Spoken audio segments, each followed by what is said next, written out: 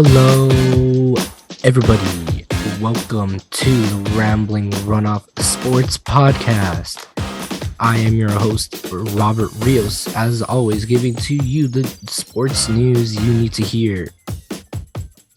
And for this week, I will be by myself, unfortunately. But hey, it's fine, as always, I optimistically say we're going to get through this, Yeah, it's never too easy doing it on your own because you never get to bounce off ideas, but hey, it's all right. I do have a full list of stuff that we can go through because we got a jam-packed show once again just for you, the listener. If you're sitting down, if you're cleaning, if you're driving, make sure you're paying attention to the road. We got a lot of stuff to ramble about. And yeah, and this week we got, what do we got? Oh man, let me find my glasses. Oh, here we go. We got some MLB news finally. It ended. The MLB Lockout is finally over. We're gonna go over some details on that and what's happening now. Surprising news this week as well. Tom Brady has unretired, and we will also dive into some more NFL news within that. And in the warm-up, we're gonna talk some college basketball, March Madness. It's not gonna be anything too detailed. I don't hate college basketball. I just haven't paid much attention to it. So, give me a couple seconds, moments when I'm going through there. But I will be saying who I think will win the whole tourney, the whole shemang-bang. So we're gonna go through my bracket. It probably already busted, but it's all right. And in the rundown, we got a few more things I'm just gonna go over. And yeah, it should be a fun time. Just me and whoever's listening, because this is what's supposed to be. It's sports. Like, what do you want me to tell you? But yeah, wish us luck on this episode. For myself, just to check in, I've just been working, of course. Trying to get a guest host for this episode, but everyone gets busy. It's all right. It's all good. But hey, like I said, we're gonna get through this. It's fine. You're gonna get through about an hour of sports talk, which is always fun. But yes, so let me stop rambling about nonsense and start rambling about the sports, shall we? But yeah, in this week's first topic for Rambling RunOff Sports Podcast, MLB Lockout finally ended last Thursday, March 10th, around, I want to say 12 p.m., almost 1 p.m. Western time, Pacific Standard Time, in which the MLB and the MLB Players Association came upon a tentative agreement to end the lockout, which still has to be ratified because they kind of agreed on some things but didn't. It's still a little bit mucky, but they did agree on specific things for the season to get this ball rolling finally. And what I can tell you that is official, that came out officially from these agreements, is that opening day will move to April 7th, and a full 162 game schedule will be played. Spring training camps open this month, March. The date already passed. It was March 11th, which was voluntary reporting, and then March 13th, they started mandatory reporting to camp. Spring training will start March 17th, this week of this recording. Free agency will begin immediately once the CBA is ratified, as I mentioned prior to this. One big thing that got decided on in these talks was that the playoffs have been expanded to 12 teams beginning this season. In my opinion, I guess, yeah, you could say this is good because now we get more baseball on television. I know the owners and the league have been pressuring for a expanded playoff system, which they haven't put out much detail, or I haven't seen anything specifically about how the format will work. But I guess, yeah, almost all the teams will now be able to make the playoffs. This is just to, I guess, help avoid tanking, in the sense that, getting to the playoffs is already hard in the MLB. And this will just help teams, try to reach those last couple of playoff spots and not let them just say, all right, we're going to suck for the rest of the season and hope to get more money next season to sign somebody, So I guess, it's attempting to make the regular season a little bit more important, but we'll see how this goes, as baseball has been changing the last couple of years. Another big thing that was decided on was that the National League will adopt the designated hitter starting this season. I don't really like the designated hitter just based off of that. I'm used to the NL rules, obviously, 'cause I live out here in the West Coast, so I'm used to seeing the pitcher bat. I kind of prefer it that way because it's the 9v guy. It's the nine people on the field going up against the nine batters. You got your catchers, your pitchers, and your infielders, your outfielders going up against whoever's batting, and it makes sense. So it's the guys that are out on the field going up against the guys that are out on the field. I mean, now and with the designated here, now the pitchers don't have to necessarily have to bat. Though if you're like the Dodgers or the Giants and you have pitchers that can bat, I mean, I guess now they're more disposable, not in the negative way, but they're more available to be like, hey, you want to bat? And be like, all right, I'll bat. But I do prefer just having it being the field players going up against the field players and not having it be a pitcher coming in, sitting out, or having a specific batter at the end of the lineup coming in the bat. So I don't know. It's just my opinion. And then also, the CBT is expected to begin at 230 million and then grow up to 244 million.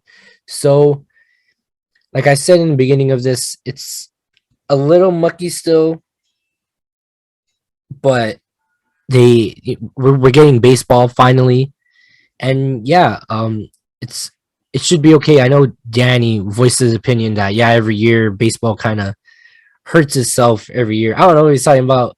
I know I told him, I was like, "What are you talking about? What lockout?" I think I know what he meant because there's been so many lockouts that it just feels like every year there's something holding a sport back. In this case, he was talking about baseball holding itself back, and yeah, it's kind of true. There was rumors that they wanted to change the rules and whatnot. Other leagues across the United States have already started to do that with a pitch throwing count or being able to steal first base, which kind of sounds really weird. But hey, the sport does need to evolve a bit. You turn your television on to any random MLB game, and sometimes if it's like a day game, there's like nobody there. And it's like, oh, cool, what a sick home run that nobody caught and it's lost in the chair. It's like, huh? Like why is this big organization with many teams across the country not being able to fill out half of its stadium in the middle of the day? I mean, yeah, people work, but you're telling me there's people that's not available to go play games. So I don't know. It's very odd for baseball to be tanking in this direction. So hopefully, also with the playoffs being expanded to 12 teams, we'll see more teams competing, and that will attract audiences and crowds to the ballparks because the league desperately needs it apparently because they apparently lost billions of dollars during the harsh times of the pandemic. So we'll see how this supports or does nothing to the decisions that were made. You get what I'm saying? Because this could either really help you guys or just leave you guys where you guys are already at, leave you back at square one. I mean, you can't go backwards, I think, because that would be terrible. But yeah, the MLB lockout is finally over, and yeah, hopefully your team makes it to the World Series because I hope my team does. But during that time that the league has started back up, there has been a lot of MLB news going around, which I will go through very, very quickly, hopefully, because it is a lot. And look, see, this is when having a guest host would come in handy because you gotta schedule and look up everything yourself, and sometimes it doesn't work out that well. Like this, for example, coming in right now, Chris Bryant is staying in the NL West. Him and the Rockies reportedly signed a deal for 7 years per the MLB Network. So Chris Bryant is on the move. On the move as well, Zach Greinke is moving from Houston to Kansas City. They reportedly agreed on a 1-year deal. Eddie Rosario will be returning to the Atlanta Braves. Matt Chapman has been traded from Oakland to the Blue Jays. He was required, with 4 other prospects, I believe. Let me see. What else we got here? Anthony Rizzo is returning back to New York. On the move is Andrew McCutchen, who will be moving from the Phillies to the Brewers. Who else was important? Oh, yeah. The Matt Olson trade was a big deal. Him from going from from the Oakland Athletics to the Atlanta Braves. There we go. Sorry, I got my words mixed up. Clayton Kershaw will be staying with the Dodgers for another year, hopefully more. Probably looking to, win another ring. And Carlos Rondon will be going from the Chicago White Sox to the San Francisco Giants. So yeah, those are some of the headliners moving around. Oh, here's another one. An extension, actually. Matt Olson, the hometown kid. He will be signing an 8-year contract extension through 2029 with a club option through 2030. That is absurd. Here's a quick quote from him. I watched Chipper, Maddox, Smoltz, Glavine. I was the kid in the stands. So I guess he's living the dream, as some people like to say. On the move as well is Nelson Cruz. He will be moving from Tampa Bay to Washington. Let me see. I'm trying to see because there's a lot of moves I have written down here, but because because sometimes I feel like there's so many like MLB players that like there's a lot of big names and there's like other names where like, all right, this is like a consistent player, or this guy like not too big of a name. And as I say here, always a rambling around. It's got to be the news that you need to know. Not that these guys are important, but you gotta list it somehow. Here we go, Mr. Joe Kelly. He will be leaving the Dodgers and going to the Chicago White Sox. The White Sox reportedly agreed to terms with right-hander Joe Kelly for second with Joe Kelly and second baseman Josh Harrison. There we go. Sonny Gray is also on the move. He is going from Cincinnati to the Twins. Good job, boy. He's a good pitcher. On the move as well, Chris Bassett will be going from Oakland to the New York Mets.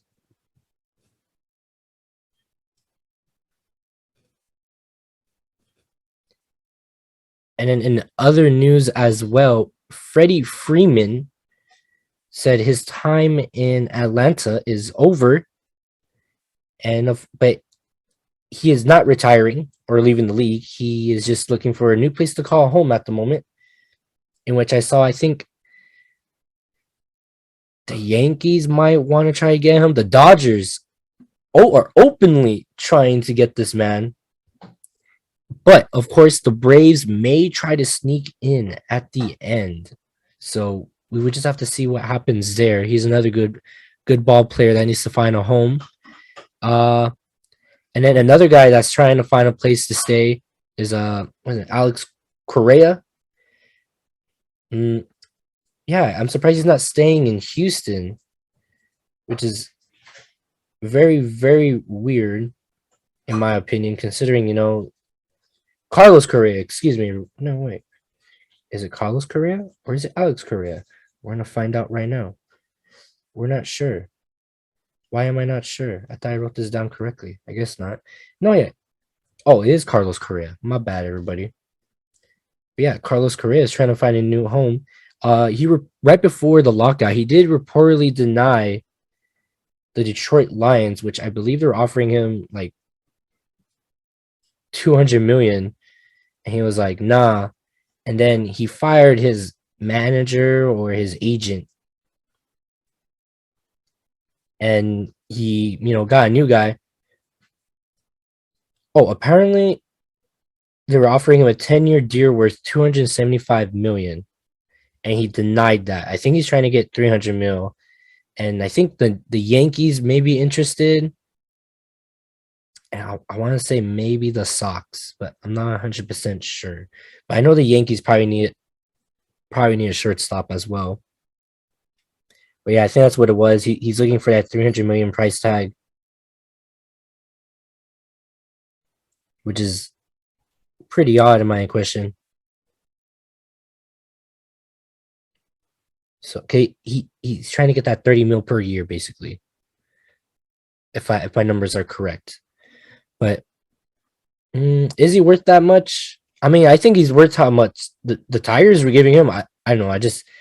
I won't fully understand the millions and millions of dollars thing until I finally make my millions and millions of dollars. So it is what it is, though. But yeah, those are who are up for grabs at the moment. Yeah, I know Chris Bryant was up. He was looking for a home for a while, so that was like pretty recent, I believe, when I mentioned that earlier. Oh, look at that. Jock Peterson is also on the move. Dang, they're coming in literally at the moment that I'm talking to you guys. Damn, this is crazy. Uh, so Jock Peterson is moving from the Atlanta Braves to the San Francisco Giants. Wow, I can't believe that. I mean, I suppose he played for the Dodgers, played for the Braves. Now he's going to the Giants, which I don't know. I don't know about that loyalty part. But it's okay. I mean, at least he had a stint at another team prior, so it's okay.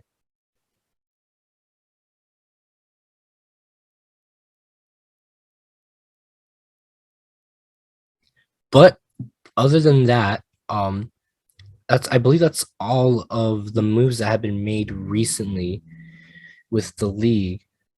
Um, I'd like to say that, I mean, in my opinion, I just hope that that the league in the future like sees that the players like care about all each other, and that they're trying to be more organized in the sense that they want to spread the money around, because it is a little, because you can look at it on both sides where the there's a lot of players that get paid a lot of money, but then there's a lot of players that don't get paid a lot of money. And of course the teams need to make money as well. As I mentioned, like there's some teams that don't get no crowds because they suck or their market is just terrible. Like if you, like, for example, I'm not trying to crap on any of these teams, but because unwarranted at the moment. But like if you're like the Pirates and you guys are struggling, and there's no one at the games because you have no big name player, or your team is just not generating any wins, it's okay. Like, what are your options? All right, we got to sell our players and just wait until our cap space goes up, or we have space in our cap. But of course that doesn't always well, it doesn't always happen quickly as you would want it to, because the players that you want disappear, or it's a waiting game. It's literally like the game of baseball, unfortunately, but just on a more long-term scale. Like people like to say now, because of a certain basketball team, trust the process. Yeah, trust the process, because like it takes time for teams to develop. I remember when the Pirates were decent. I think it was Andrew McCutcheon, I think, or they had him for a while, and the Pirates were decent. So I'm trying to think, like the New York Mets, they usually have decent teams every couple years. The Twins, the Indians, um, Oakland, Seattle, like teams like those where it's like, all right, like you're not a big market necessarily. So, you got to do what you can to survive. 'Cause if not, like the big teams like the Dodgers, the Yankees, the Sox, the Giants. Let me see, who am I missing from there? I don't know. You could say, I guess you could say Houston now because they have a lot of big name players on their squad. You know, you're gonna get ran over because you don't have the money to support the team to get names out onto the field. And I'm not saying like you have to spend to get to win necessarily, because you've seen like teams like the Rays, Tampa Bay Rays make it to the World Series, you know, go far in the playoffs based off of numbers and speculation and a little bit or a lot of luck, if in whatever your opinion is upon it, you know, and getting to where you want to be to end the season. But like I said, like it has to be like a mixture of both. You need to spend money on guys that know how to play, and you got to go scout the guys that know how to play. Because throwing money at a problem will not always work. And but of course, when you don't have money, of course it's not going to work because you have no money. Duh. But yeah, that's why like you have to. I mean, it's all common sense. That's why I don't know why some of these teams, like, you know, like ever like properly, you know, run their squad and their teams, and what happens is you get a lockout because then the players get mad, and then the league gets mad, and then everyone blames whoever you want to blame. Because like I said, you could blame the players because they make a lot of money, but also the league makes a lot of money itself. So it's one big crapshoot on who gets what and who gets the blame for it and who gets celebrated for it. Like, we shouldn't have to vilify, you know, any of the two sides. Well, maybe one guy, probably Rob Manfred, because yeah, he was acting very sus. So, but I think it's just 100% agreed upon that everyone, other probably than the owners, do not like Rob Manfred, but that's just everyone's opinion and kind of mine, I guess you could say, just due to the fact that, you know, we shouldn't have gotten to this point, considering the season had ended and it was 2 months, and it took them 2 months to start labor talks. It's like, bro, like, why'd you guys wait so long? And even, yeah, when they asked Rob Manfred at their initial deadline for the lockout to end, when it didn't, reporter asked him and he just smiled like, oh yeah, you know, it happens. What do you mean it happens? But anyways, you know, baseball's back. America's happy. Yay. But yeah, that's the news going around for baseball right now. Lockout's over. A lot of people moving around, being traded, contracts being extended, people signing big contracts. But yeah, so if you want to check it out, make sure you go look up some MLB news. But yeah, we're going to be moving on now in our program with some NFL news, in which we had shocking breaking news. I don't think no one saw this coming, considering all the chatter that was going around for this person that they were going to retire, and then they said they weren't retiring, and then they end up retiring that same week, only for their parents to be like, well, I don't know why he's retiring. He said he wasn't going to retire, but now he's retiring for some reason. Thanks, media. But anyways, Tom Brady is unretiring. Yes, you heard me correctly. Tom Patrick Brady. I don't even know his name is middle name is Patrick. I think it is. Tom Brady is unretiring and returning to the Tampa Bay Bucks. As he says, he still feels he has some more playing days ahead of him.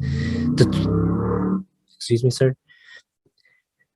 And he will be returning for his 23rd season in September. Here's a quote from him.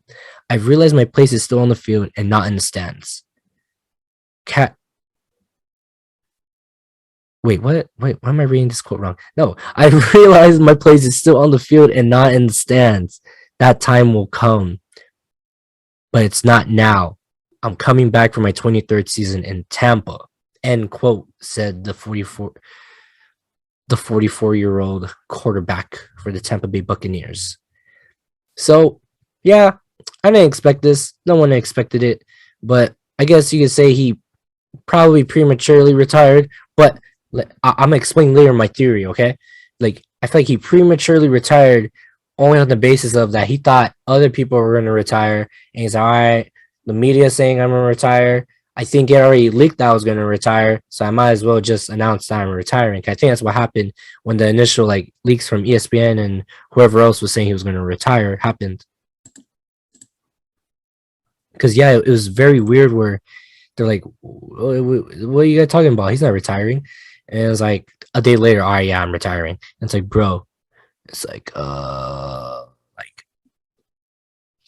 make up your mind, bro. Like, what is going on? Because I think that's what happened. Someone said something that they weren't supposed to say to someone they don't know. And then that someone that they don't know started telling all the reporters, and all the reporters were like, oh, yeah, he's retiring. Let's jump on it now. And then when Tom had to come on and say, hey, I'm not retiring, I don't know what y'all are talking about, he was in an awkward position. And, you know, he didn't want to, like, he wanted to put it out that way, of course. He probably wanted to say it himself respectfully, but it didn't happen. He didn't get his swan song. So, you know, you had to kind of Mickey Mouse it together for it to make sense for him. But, of course, now he's not going to retire, and he's going to be playing again. So it's just this whole entire weird thing that's going on now. So yeah, Brady is already under contract with Tampa Bay for $10.4 million for the 2022 season as a placeholder for the year, but the team may add a year to his contract and increase his pay now that he's confirmed to be returning. So yeah, I mean, I don't know. This might have been his whole entire plan. Maybe the whole "I'm not retiring" thing was a whole like ploy to confuse the team. And now that he is unretiring, he, you know, will get a bigger pay now. Like, it's almost genius to the point. You guys feel me? Because he was already getting paid the big bucks. Now he's gonna get paid the bigger bucks, which, you know, hey, works in his favor. So yeah, Tom Brady is back in the NFL. Dang, 40. He's 44 years old. I don't know, because this might be kind of sketch. Because most of the time when guys do that, they don't play the same.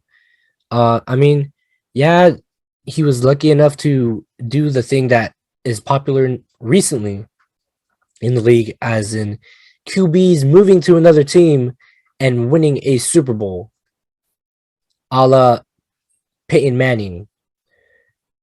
So maybe this might work in his favor, but what I meant by it might not work is that, like, no one remembers Joe Montana when he was with Kansas City.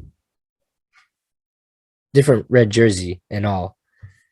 And, you know, he kind of disappeared after that. So we got to see what happens here. I mean, the Bucks have a decent team now. I mean, I thought, you know, when he moved to the Bucks, it was going to be like, oh, man, these guys are going to fail. But apparently, you know, Brady pulled them together. He helped, you know, connect players. You know, they were able to get Gronk. They had Antonio Brown as long as he was there for. But yeah, I mean, they have a solid team. They made it far into the playoffs until they were stopped by the current champions, the Los Angeles Rams. So we'll just have to see how he plays now, considering he's been retired for I think it's been like 2 months now. So there's that. But here's my theory. I feel like he unretired because the Aaron Rodgers and Russell Wilson situations. You know, everyone kind of figured Rodgers was out the door with Green Bay. You know, he gave them their chance, and, you know, they didn't win. So why not go, you know, look around, you know? But he's a pretty zen dude, according to the media. So probably went home and decided, you know what, I'll just stick around, I guess. But yeah, he's getting paid a big contract. He's getting guaranteed money, reportedly paying him $150.8 million over the next 3 years. So he's going to be averaging just over $50 million a year, and that's with the first 2 years being an extension of fully guaranteed at signing. And the Packers are due to pay him $42 million in 2022, just north of $59.5 million in 2023. holy shit. Like, he scored big because, the Packers didn't want to screw this up. And for Wilson, they just had his press conference recently. He said, I did not initiate the trade. So it's like, what? So you're telling me the Seahawks or the Broncos initiated this? The teams, the organizations. He didn't say that the Seahawks did it, but I'm shocked that they did it, that they did initiate it, or that they went through with it. So it's like, bro, how the Seahawks going to say that we're not getting rid of this guy, and then they dump him to another team? It's like, come on, man. It's like, there's no way. There's no way. But I guess that's just the way the cookie crumbles. But back to my initial comment about Brady unretiring. He probably thought Rodgers was going to retire, and he probably thought Wilson was going to stay in Seattle because he still had like 2 or 3 years on his contract with a lot of money on the table with the team, which is also weird about this trade. And, he's probably still seeing this as an opportunity for himself as well to play because Rodgers is starting to get old. Wilson's he's been with the Seahawks for like 10 years now. And now he's moving with the Broncos. He probably still sees this opportunity for, like I said, for him to play some more. Because these guys are playing more. Kind of like a monkey see, monkey do. He's like, oh, well, these guys are still going to play. Why don't I just throw my hat back in there, Let me put my helmet back on. Let me get my straps back on, But, yeah, he decided to come back. And I feel like the Rodgers and Wilson situations were the catalyst for him. And it's just funny, too. It's a little bit of a side note. He was in Manchester watching Manchester United play, and he went to go meet Ronaldo. I wonder if, he was out there saying, man, look at these guys having fun, playing their sport on the field. Maybe I should just unretire. Look at Ronaldo. An older guy, moved teams, not making lots of money still. Not winning much, but it's still living, and he's still doing what he loves, playing his sport. But yeah, I'm like, I don't know. I just like to think about oh yeah, let me go do that because Ronaldo convinced me.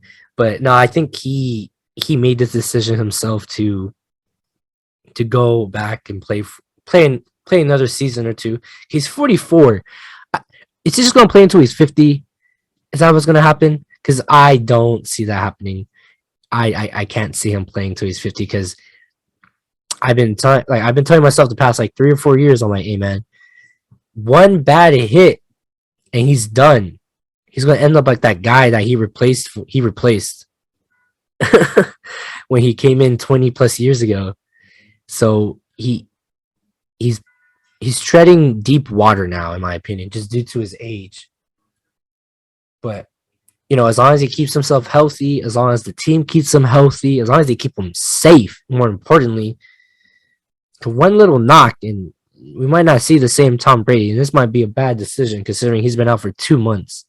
And, in those 2 months, what's he been doing? I mean, probably not much, but it could be enough to, move the needle and, hurt his career. I mean, it's already an outstanding career, but what is he going to do now that's going to hurt him in my, But yeah, that's just where they are now. That's where he is now in his mindset that he can still play. But back to Rodgers and Wilson, more importantly, Wilson, at his press conference, yeah, he was traded by the Seahawks. The Seahawks were like, all right, yeah, sure, we'll trade him. But yeah, one of the things he did say at his press conference was, my goal is to play 10 to 12 more seasons and hopefully win 3 to 4 more Super Bowls. That's the plan. That's the mindset. That's why I came here, to finish my career here and hopefully finish on top as a champion and do it multiple times. What? Is this man serious? He did not just say that. Yes, he just did, and I don't know why he just said that, considering he just got traded by the team that said that was never going to trade him. And yeah, very interesting times that we are in with these quarterbacks. Because yeah, I don't know. I think I'm not saying this is the best trade, but I think this is the weirdest trade out of all of them. Because yeah, it just makes no sense to me. Which I want to see if I could pull up some more quotes from this man, because it's daunting to me that the Seahawks would get rid of the guy that led them to a Super Bowl, 2 Super Bowl appearances. Russell, I think he's been 10 times. He's a 9 or 10 time Pro Bowler. That's why I'm just like, I don't get it. But he did waive his no trade clause last week to complete this deal. So I don't know. I feel like he knew they were going to trade him. But yeah, it all seems kind of fishy. Like, I wonder if, like, are they conspiring? Is this conspiracy theory? Are the Seahawks and Wilson playing us? I think they are, because this is the only thing. That's the only thing that makes sense. Is the only thing that makes sense. Here, let me see. What else did he say here? Another quote by Wilson. I think the biggest thing.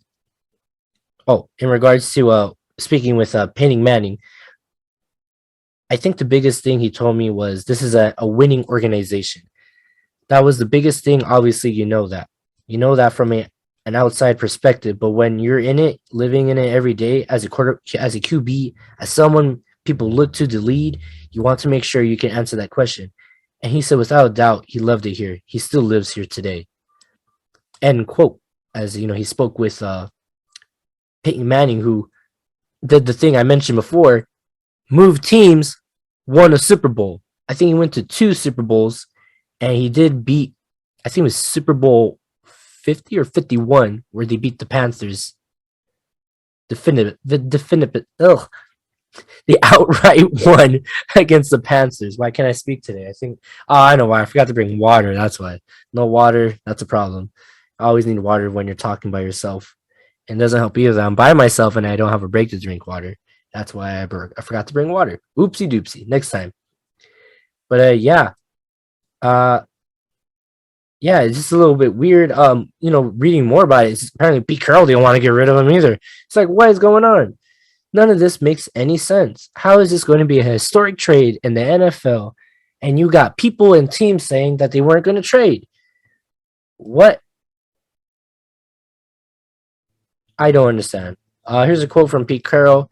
We wish him the freaking very best. He did awesome stuff for us here in Seattle. He was a great player for us. But now his second opportunity. Look what he's going to do with it.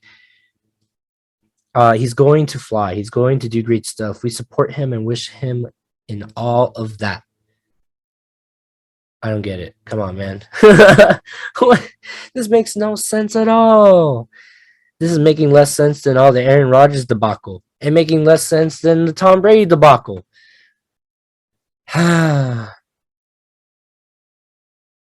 Look, see, I need to get myself an NFL insider of sorts because I need someone to tell me why are you guys trading the guy that the coach wants?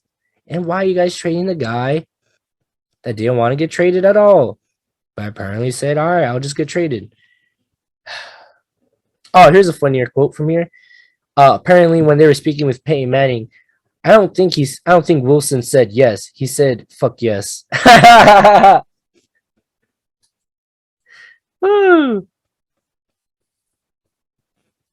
Oh, that's pretty funny. Oh, man. But, yeah.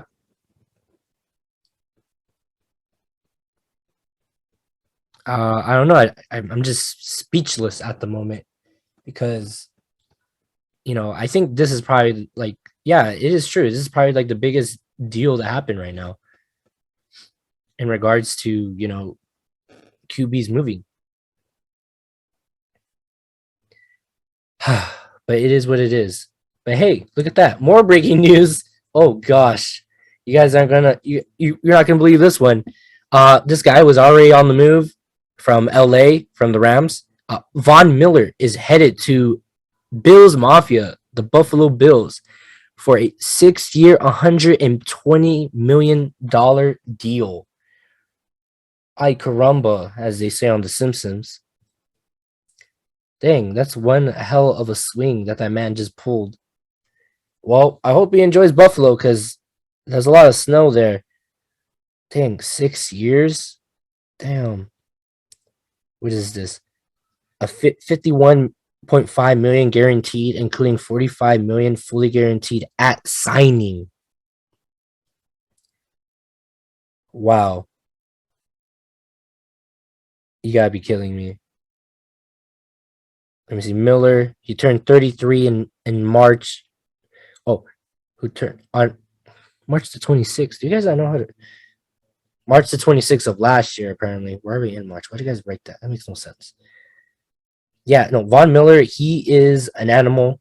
His postseason pass rush win rate of 41.5% was by far the highest by any player in a single postseason, with a minimum of 30 pass rush plays with a win or loss.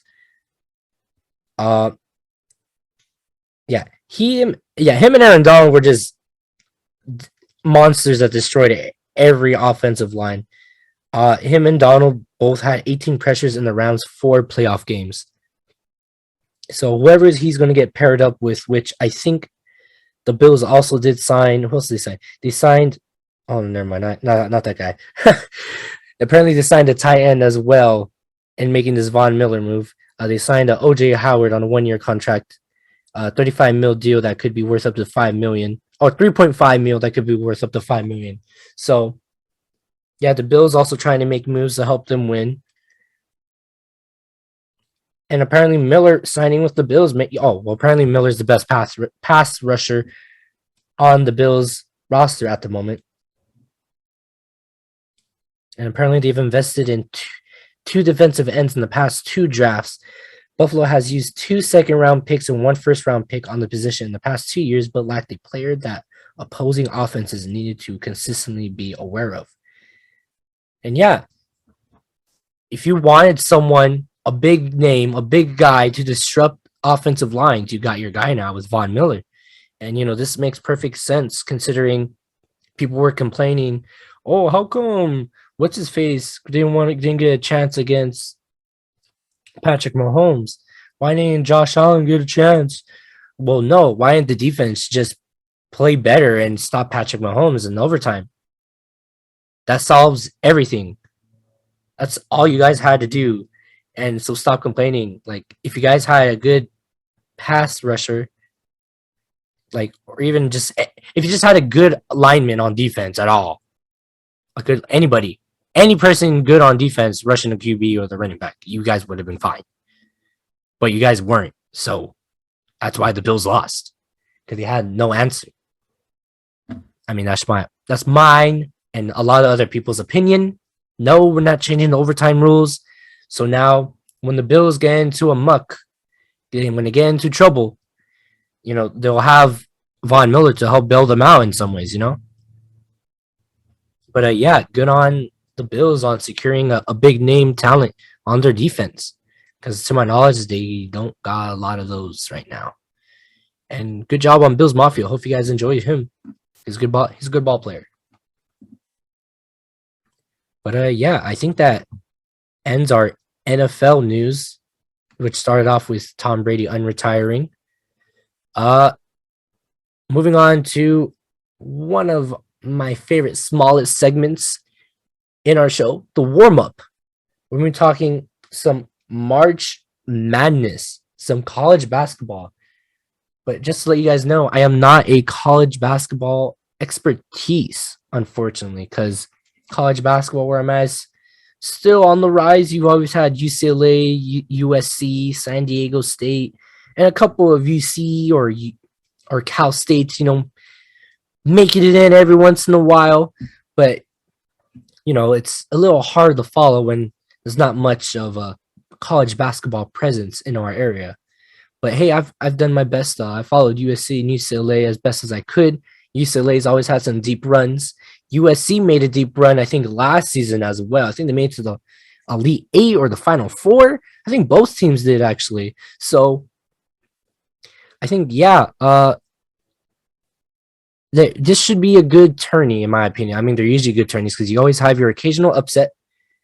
But yeah, I think I'm gonna let me see. Let me pull up my bracket if I could find it because I think it's already busted because I tried, but it's okay. But I hope you guys all started your brackets already as well. Dang, how much is ESPN's bracket thing going for? $100,000 in cash prizes. Oh, that's just great. But yeah, where's my bracket? Where's my bracket, bro? Oh, here we go. No, wait. Yeah, here it is. One day until the tournament starts. So I'm just gonna go over who I have going. Let me see. Where my number one? My number one seeds going as far as I think they are. I got Gonzaga going far. I have Baylor going far. Or I got no, actually I got Baylor going into like the Sweet 16. Let me see who else do I got. And I got Kansas heading into at least the Elite Eight. And Gonzaga also going to the Elite Eight. I think the team that I have right now, I'm just giving you guys like the gist of my bracket at the moment. I think like the one team that I think people won't expect probably is Houston. I think I have Houston going pretty far. I have them making the Final Four actually. Yeah, there we go. Let me see who's like. Oh, I have Iowa State as an 11th seed going far. Where do I have them going to? I think I have them going to at least the elite. No, the Sweet 16. And in regards to the West Coast teams out here, UCLA, where do I have you guys going? I have them getting knocked out in the Elite Eight by Kentucky because Kentucky usually plays pretty well in the tournament. Because usually in these tournaments, it's not just about like is your team hot, it's just are you guys if you have a consistent squad to lead you. In which a lot of these like known school college basketball schools they usually go far just based off because they have consistent teams and they know what to do and like in harsh situations in which they're tied or they're going back and forth and they know how to close out games. Let me see. I don't really have any like Cinderella teams in my bracket. I feel like that's probably what's going to screw me over low key because there's teams in here that I'm like, I think it's Rutgers and Notre Dame that still have to do the playing game. You got who else is in this? Uh, Dang, you love audio. I don't even know Bryant and I don't even know who the hell the other school is. I don't even know. I don't know. Don't know. But apparently, whoever wins there is going to play Arizona, who won the Pac-12.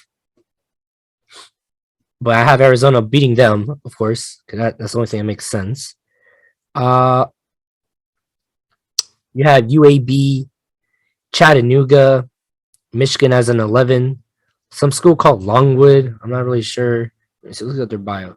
Who the hell are you guys? Having won 19 of the past 20 games, the Red Hot Lancers make their first trip to the NCAA tournament, with their last loss coming way back on December 22nd. All right. That's it. Yeah, I've never heard of this team. Loyola Chicago back in this tourney again. It's nice to see them back here. Loyola is familiar with making noise as a lower seed in recent years. The Ramblers, dang. Oh man, I need these guys to be my team. Then the Ramblers reached the Final Four as an 11th seed in 2018 and the Sweet 16 last year as an 8th seed. They are an experienced team that ranks among the nation's leaders in 2-point field goal percentage and 3-point field goal percentage. Wonderful, wonderful. I'm rating this off. I'm on the men's tournament challenge, by the way, on the ESPN. If you guys are interested in making a bracket, but make sure you make it very soon. I'm gonna try to post this as quick as possible so you guys can hear it and make your bracket. I think you guys can still make brackets. It just wouldn't be on this one. It'd just be like on a betting stage where you gotta pick who you think is gonna win each round. Who the hell is this? Jayville State. I've never heard of this. Who are you guys? One of the most efficient 3-point shooting teams in the nation. The Gamecocks are led by guards Darian Adams. This doesn't help me. I just want to know what JV State. Interesting. They're playing Auburn. I don't have them winning though. They're 15th seed. They're playing number 2 Auburn. Let me see. And then for the West Coast teams, let me see where you guys are at. Where do I have you guys at? Yeah, UCLA. I have, yeah, like I said, losing to Kentucky. Who else is in here? CSU Fullerton, Cal State University Fullerton made it in as a 15 seed. However, they're playing number 2 Duke.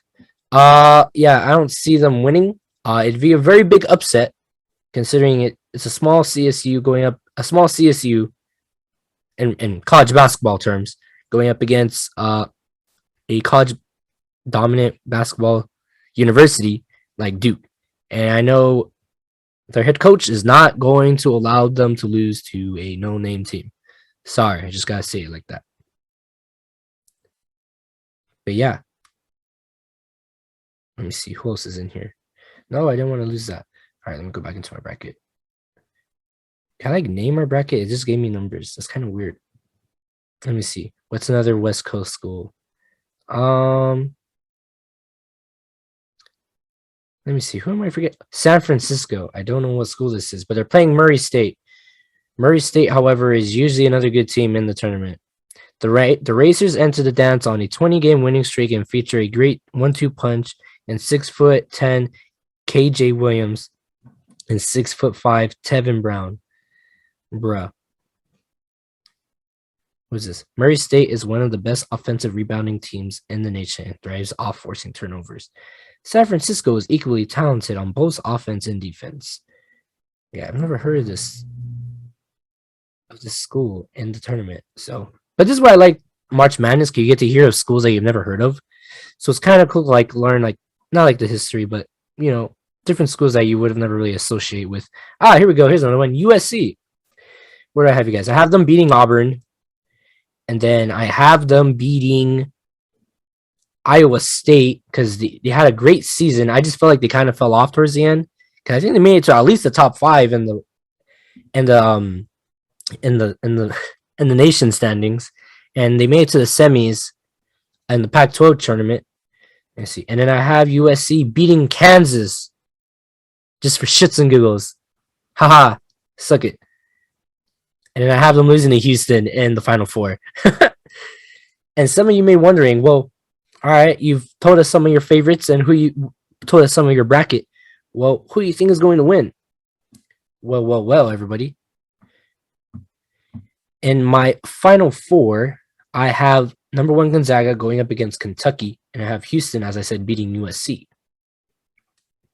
And my final, Gonzaga versus Houston, number 1 versus number 5. And in that matchup, I have Gonzaga beating Houston 97-84 as my tiebreaker score, just in case. So yeah, that's who I have winning the tournament. Like I said, I don't get to watch a lot of college basketball because like there's a lot of players, a lot of schools involved, so it's difficult to appreciate college basketball. I used to watch some college basketball when I was like in middle school because that was like the only thing that was on. Which is named Vic Vital, the guy that calls the games. You know, he makes a lot of unbelievable, like, you know, because you get a lot of good moments in college because it's college. Like, you know, it's supposed to be energetic. It's supposed to be like awe-inspiring of sorts for people to watch and to enjoy. You know, the college crowds are usually huge. You know, you got schools like Indiana, you know, Duke, North Carolina, you know, like places over there where it gets packed. You know, over here you got your UCLA's, your USC, your San Diego States, where you know, to get good crowds at times. But you know, unless they're not winning, you're not going to get a lot of people going to those games. I mean, I think USC, UCLA, just based off of names, you know, when they compete, a lot of people go and see those games. So, because you know, it's just based off of, you know, the colleges. But yeah, I think we should be in for a good tourney. I think one of my favorite. Sorry, I think someone's cutting the grass outside. Oh my goodness! But one of the like important, not important. One of like the long-standing like memories in my head. I forgot who it was. Was it Butler? I think that's what they're called. Oh, dang, I forgot who they were going up against. I think they were going up against Kentucky or Duke or North Carolina. It was a team in white and blue. threw up a Hail Mary shot like in 2011, I think. 2011 March Madness to win the game at half court. Dude, the ball bounced off the rim. It could have sank in. Could have won it for everybody. Ah, man, it's still a heartbreaker when I think about it. But yeah, I mean, it's like one of my memories. I remember that I think that same season as well. VCU, when they started up and coming, made it all the way to the Final Four. That they were the Cinderella team, and I think ESPN's bracket had only 2 people have the correct Final Four, which is astonishing. So hey, sometimes you can make it. You can make the best bracket of all time just based off of having the best Cinderella teams win. You can have the fly sticking to the tape. You can have your dog picking their favorite food. You could, I don't know, how else can you pick? Flip a coin. But it's a crapshoot as well. So it's all in good fun. That's what it's supposed to be about. I ain't put no money down. If I were to win money on this, it'd be cool. But yeah, it's all right. It's just all supposed to be fun. But yeah, that ends the warm up. I guess I gotta hurry because this lawnmower is pretty loud.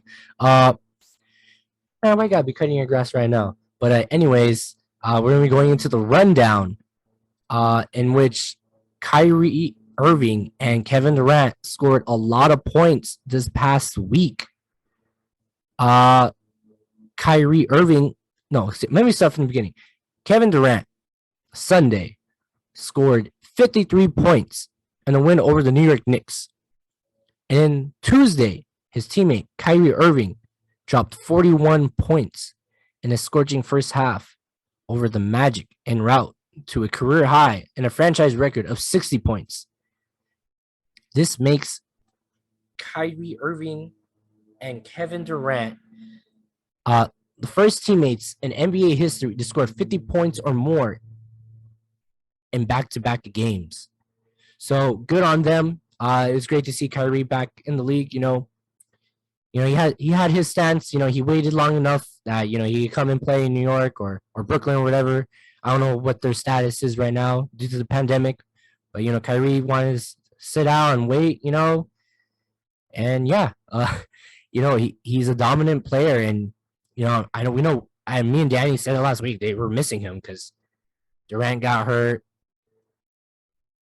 And Harden wanted out apparently, and yeah, it's probably it gets too much when you're a player in the league, so you want to move around. But Kyrie said, I'll just wait, which is a little bit weird. But yeah, Kyrie and Durant scoring a lot of points.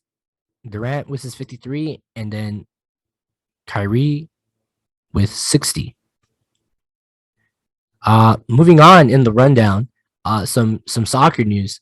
UEFA Champions League, the round of 16 just wrapped up in the tourney, and now we have our Elite Eight, I guess you could say in this sense, going on into the quarterfinals.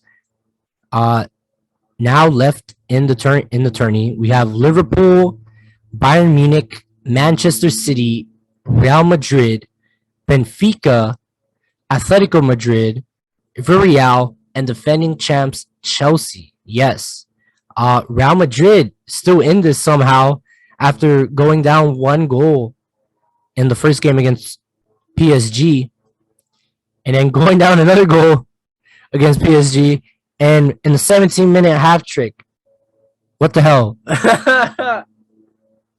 Like, that makes no sense at all. Like, bruh. So, yeah, somehow, I guess you could say they are the kings of Champions League, because they just won't go away. No Ronaldo, no problem. Let me see, who was the man? I'm forgetting the name. I'm so sorry. Karim Benzema scored in the 61st, the 76th, and the 78th minute. I saw the highlights. The 61st minute, you're like, oh, okay, they tied it. They need to score 3 more. They need to score 2 more goals to win this. So they score the second goal, and right off the kickoff, PSG loses the ball, and they easily just run it in. It's like, bro, how'd you guys let this happen? But I don't know. It is what it is. It happens. But hopefully, we get a good turnout out of this. Bayern Munich always shows up. Liverpool's always competitive. I want to see how Benfica and Atletico Madrid and Real, these Spanish teams, hold up. So, yeah. And a little bit more soccer news that we have in the rundown. The U.S. Open Cup will start March 22nd and March 23rd as the lower division sides, start their play. I like seeing some of these games because there's a lot of teams in the country, you just don't know because they're small teams, no names, But, hey, sometimes these teams, Cinderella teams as well, make it as far as they can. I think we had New Mexico United go up against Minnesota United. I think they were like the farthest one that made it. You got teams like Golden State Forest. Was it? I think is it the Iowa Menace? Let's see. I'm forgetting what they're called. No, the Des Moines Menace. One of those teams. They go as far as they can, and they compete against MLS squads. So it'd just be interesting, And then finally, to wrap it up, just for fun, ESPN has signed Joe Buck and Troy Aikman to call their Monday Night Football games. The two who have been calling for years now, calling NFL games on Fox, are now moving to ESPN, which is interesting considering, they're jumping to a different media company. And, like I said, it's just weird. That's just a weird thing. I think that's just what it is. Moving to a different company. Let me see. They have 20 NFL seasons together in the booth, 6 Super Bowls, and 300 plus games called. The lawnmower's gone. Hopefully, you guys heard me through all that. Buck is a 8-time Emmy and Pete Rozelle Radio Television Award winner. Aikman, of course, with his accolades, is a Pro Bowl Football Hall of Fame QB and 3-time Super Bowl champ. Monday Night Football season debut is September 12th, 2022.